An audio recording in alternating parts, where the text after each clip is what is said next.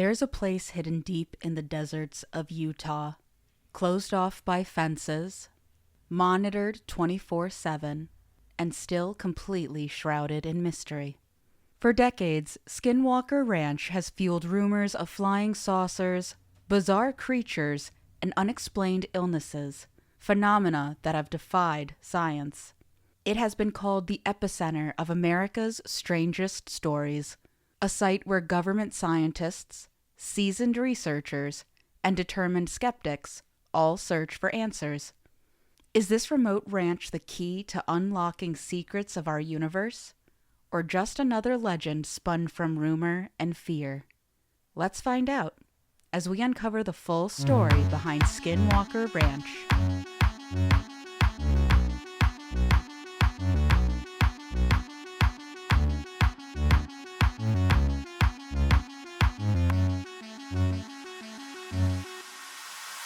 Hello everyone, and welcome to Wicked Encounters, where we explore just what goes bump in the night. I'm your host, Allie, and today we're going on a little adventure to check out Skinwalker Ranch.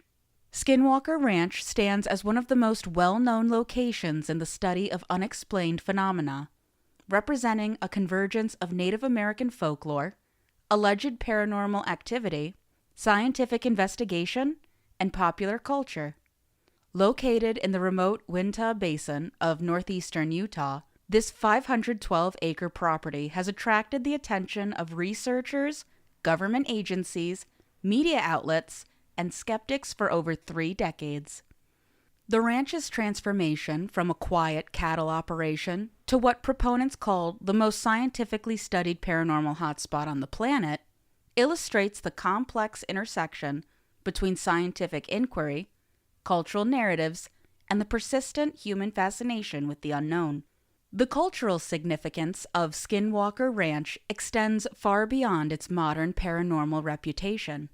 Rooted deeply in the complex history of Native American tribes in the region, the property lies adjacent to the Uinta and Ouray Indian Reservation, established for the Ute people through executive orders by President Abraham Lincoln in 1861. And subsequent governmental actions that merged 2 reservations in 1886. For over 150 years, the Ute have inhabited this reservation covering more than 4.5 million acres, maintaining cultural connections to the land that predate European settlement. The ranch's name derives from Navajo legends concerning skinwalkers, described in tribal tradition as malevolent shape-shifting witches, capable of transforming into animals or possessing humans. According to Navajo culture, skinwalkers represent evil shamans who practice dark magic, a concept that translates to Yi Nodlushi, meaning, with it, he goes on all 4s. The connection between these legends and the Utah property stems from historical conflicts between the Navajo and Ute tribes, with some accounts suggesting that during periods of hostility, Navajo practitioners allegedly unleashed skinwalkers upon their enemies as a form of supernatural warfare.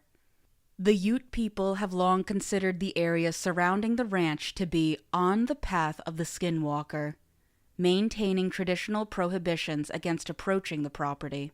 This cultural perspective reflects a belief system that extends back at least 15 generations, according to tribal accounts, suggesting that the perceived supernatural significance of the area predates modern paranormal claims by centuries. The complex intertribal history, including periods where some Ute bands joined military campaigns against the Navajo during the Civil War era, contributed to lasting tensions and the perpetuation of supernatural narratives associated with the land. The documented modern history of Skinwalker Ranch begins with the Myers family, who acquired the property in the 1930s, rather than the 1950s, as is sometimes reported in popular accounts. Kenneth and Edith Myers owned and operated the ranch as a conventional cattle operation for over 60 years, representing the longest period of continuous ownership in the property's recorded history. Importantly, family members have explicitly stated that during their extensive tenure, They experienced no unusual phenomena whatsoever. Please disperse! Nothing to see here, please! Garth Myers, Kenneth's brother-in-law, directly contradicted many later claims about the property's condition and history when he spoke with researchers.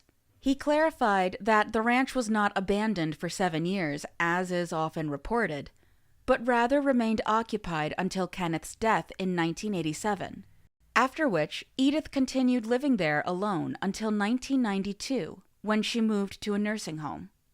The property was vacant for only 2 years, during which it was leased to other ranchers and occasionally visited by family members. Myers also disputed claims about extensive fortifications and guard dogs, noting that the property's security measures were far more modest than later accounts suggested. The transformation of the property from a quiet ranch to a paranormal hotspot began when Terry and Gwen Sherman purchased it in autumn 1994, with the intention of raising their 2 children and cattle in a peaceful rural setting. The Sherman family, experienced in ranching operations, initially viewed the property as a suitable location for establishing their livelihood, despite the property's somewhat neglected condition after 2 years of vacancy.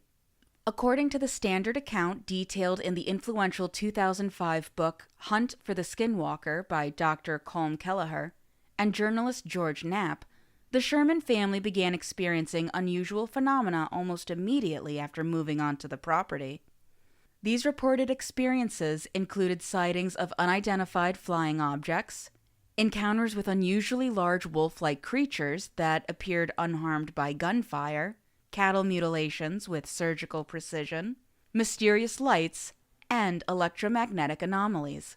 The cattle mutilations became a particularly disturbing aspect of the Sherman family's experience, with animals found dead under circumstances that defied conventional explanation. Reports described cattle with organs surgically removed, precise incisions, and a complete absence of blood at the scene, despite the animals containing several gallons of blood naturally. I tell you what, you ever want to see a bleeder of an animal? Cow. The mutilations allegedly occurred without leaving tracks, tool marks, or other evidence of conventional predation or human interference. The Sherman family's experiences remained largely private until 1996, when investigative journalist George Knapp published the first public accounts of the alleged phenomena in the Salt Lake City Desert News.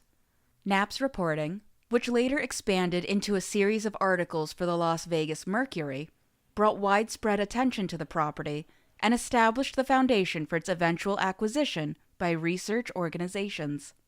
The timing of these media revelations proved crucial to the ranch's subsequent history, as they attracted the attention of Robert Bigelow, a wealthy businessman with established interests in aerospace technology and paranormal research.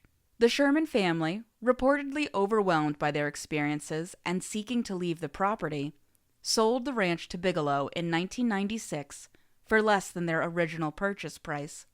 Robert Bigelow's acquisition of Skinwalker Ranch marked the beginning for the most extensive scientific investigation in the property's history.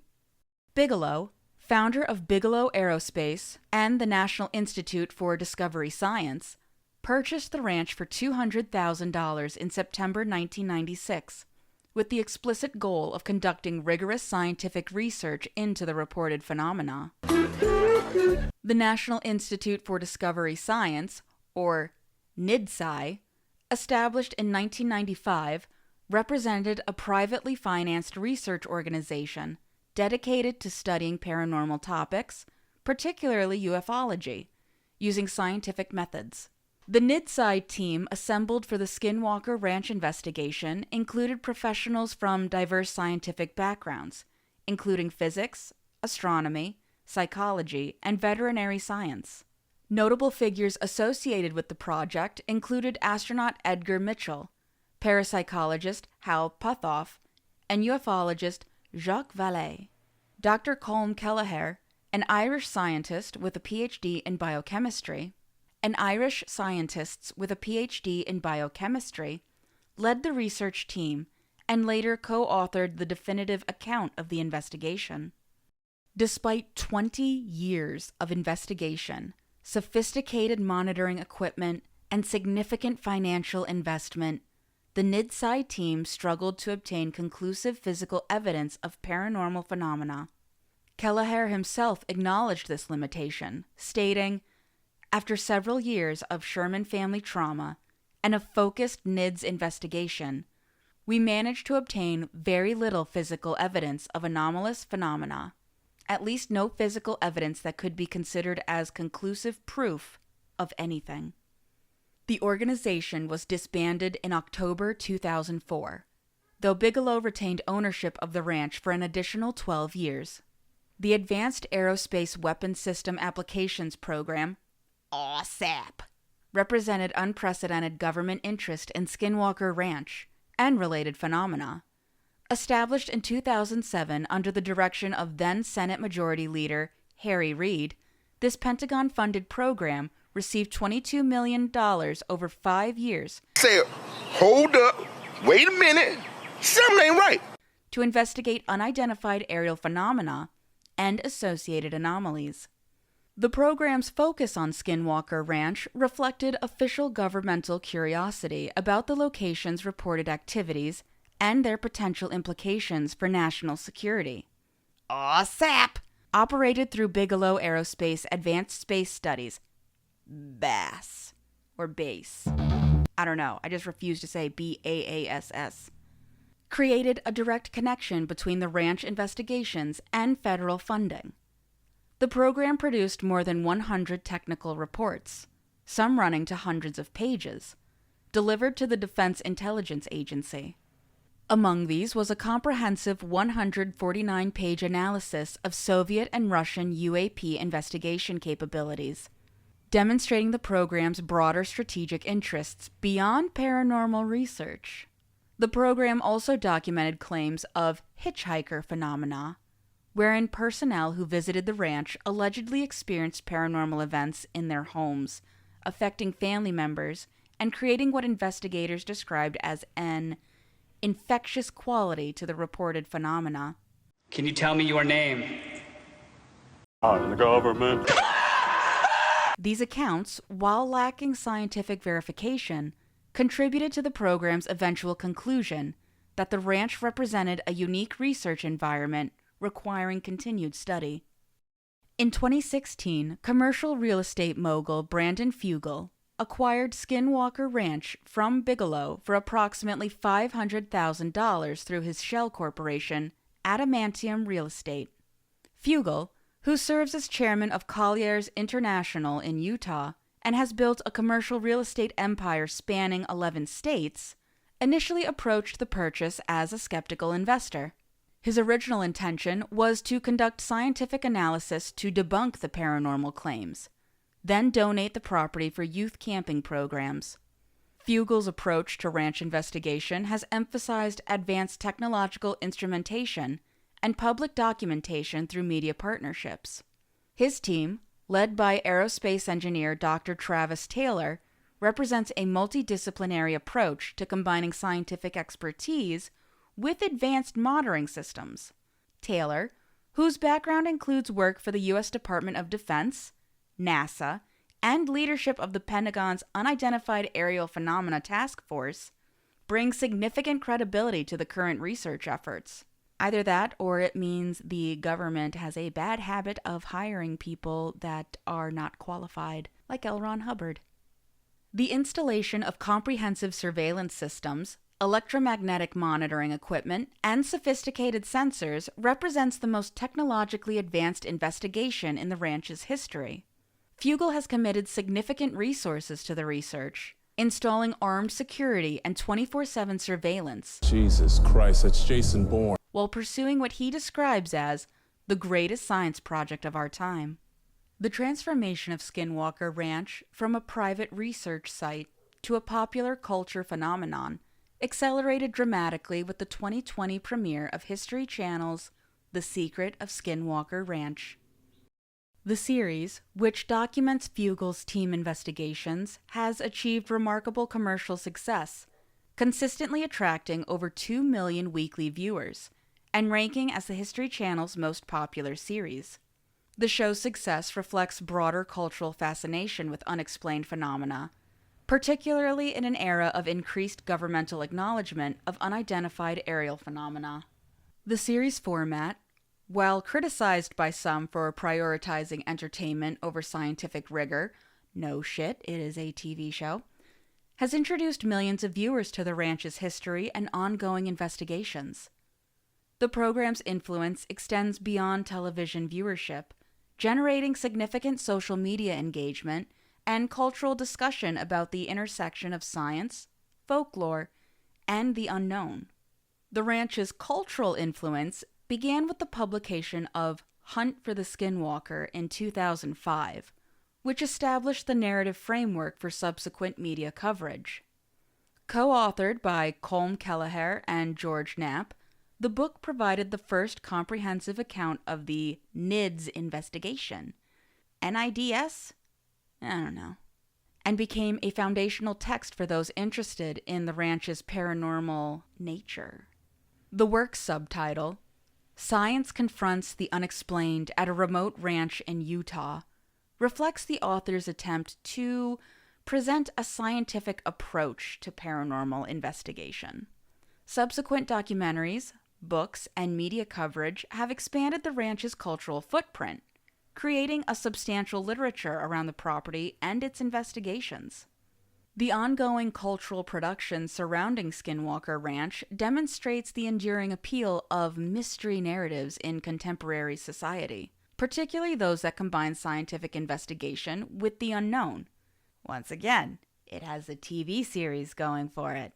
It is going to make sure that people stay invested. The scientific community has largely remained skeptical of Skinwalker Ranch claims, citing the absence of peer-reviewed research and reproducible evidence. One such skeptic, author Robert Schaefer, has characterized the ranch as almost certainly illusory in regards to its paranormal activity, pointing to the timing of those claims coinciding with media attention and commercial interests. The lack of scientific publications, despite decades of investigation, raises questions about the validity and reproducibility of reported findings. Critics note that the most extraordinary claims about the ranch began shortly before the Sherman family's decision to sell the property, suggesting possible motivations beyond genuine paranormal experiences. The previous owner's complete denial of anything unusual during their 60-year tenure further undermines claims about the ranch's inherent supernatural properties. Skeptics argue that the subsequent media attention and commercial exploitation have in fact created incentives for maintaining and embellishing paranormal narratives regardless of their factual basis. Scientific critics have raised concerns about the methodologies and approaches that were employed in the ranch investigations, particularly the absence of controlled conditions and independent verification. The reliance on anecdotal evidence, eyewitness testimony, and technology that allegedly malfunctions in unexplained ways creates difficulties for rigorous scientific analysis. The ranch's significance extends beyond the question of whether paranormal events actually occur there. It encompasses broader issues about the scientific method, media influence, cultural narratives, and the relationship between belief and evidence. The ranch may still serve as a valuable case study for developing better methodologies at examining the unknown, regardless of whether those phenomena prove to be extraordinary or mundane. But what do you think?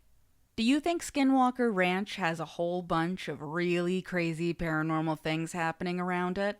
Or do you think it just fell victim to commercialism and the way the History Channel loves to monetize aliens or cryptids? Let me know in the comments. I'd love to hear your perspective on it. Speaking of Skinwalker Ranch, how would you feel about me doing a video on skinwalkers? Do it! Is that something that you'd be interested in? If so, why not consider subscribing, liking this video, and clicking the little bell icon? It's a great way to know if I actually make a video on them or not. I'd like to give a great big thank you to our patrons over on Patreon, Nakala and Beefalump. Thank you guys so very much. Well, that's all I have time for today. So with that, I'm Allie. This is Wicked Encounters, and I'll see you next time. Bye.